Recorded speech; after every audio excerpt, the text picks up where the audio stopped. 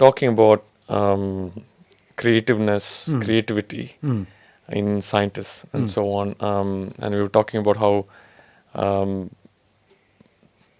when they're at it, focusing on their subject or whatever, thought subsides, and then it could come back up again. When they're back home, like you said.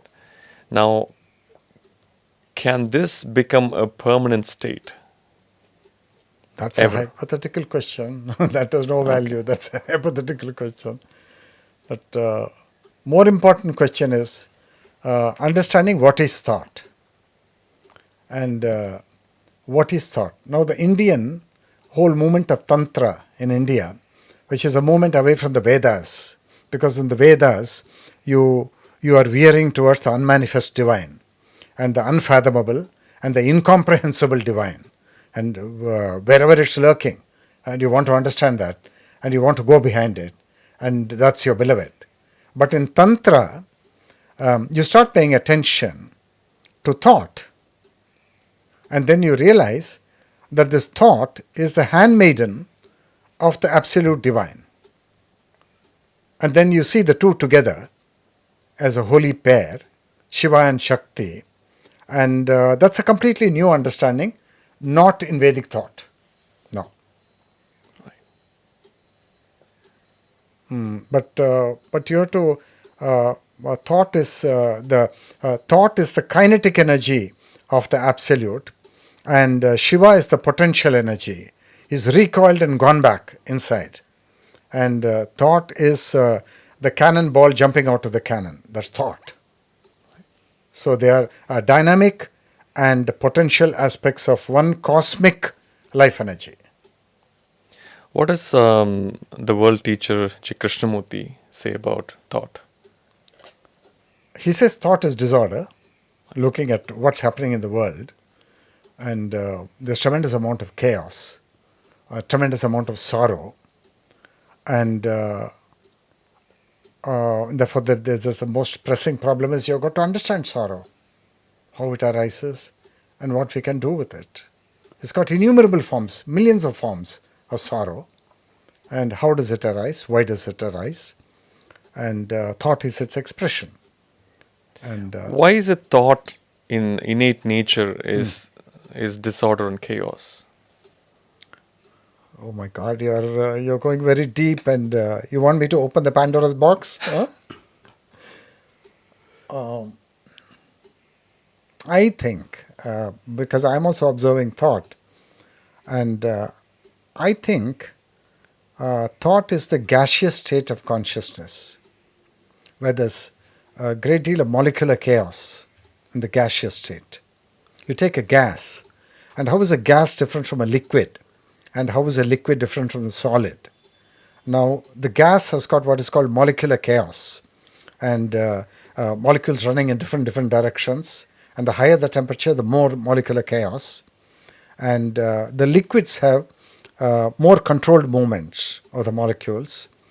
And the liquid state is the feeling nature of consciousness. And thought is the gaseous state of consciousness.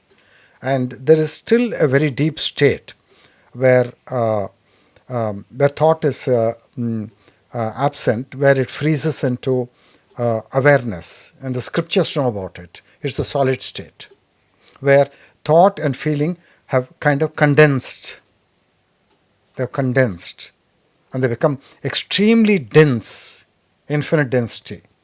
There are names for that in Sanskrit, for that, and that's the primordial source. And out of that, and so thought is a very superficial outer manifestation of a certain reality which has got a tendency to withdraw and be inside. So if thought is indeed so chaotic, how at all are we living our lives? Yeah. Our lives, we can summarize it as to be mundane. Not mundane, our lives are a little chaotic. The order-bringing power or source is the awareness, is Shiva, the order-bringing. awareness. And the sacredness is in awareness. The sacredness is not in thought. That's the main thing. Because it's an outer show. It's an outer thing. And the sacredness, as you condense it and take it inside. So by understanding the thought, is it possible to tame it? Is it possible to Definitely. control That's the whole point of Krishnaji's work. That the taming and the calming and silencing of thought, when you understand it, when you understand what it is, and then it undergoes, and also the lifestyle will decide the tempo and the vibration patterns of thought. Now, if you live a reckless, very sensate lifestyle, then thought which can be stimulated by the passions and which can be stimulated by the sensory influx will always be in a chaotic flurry. Shh.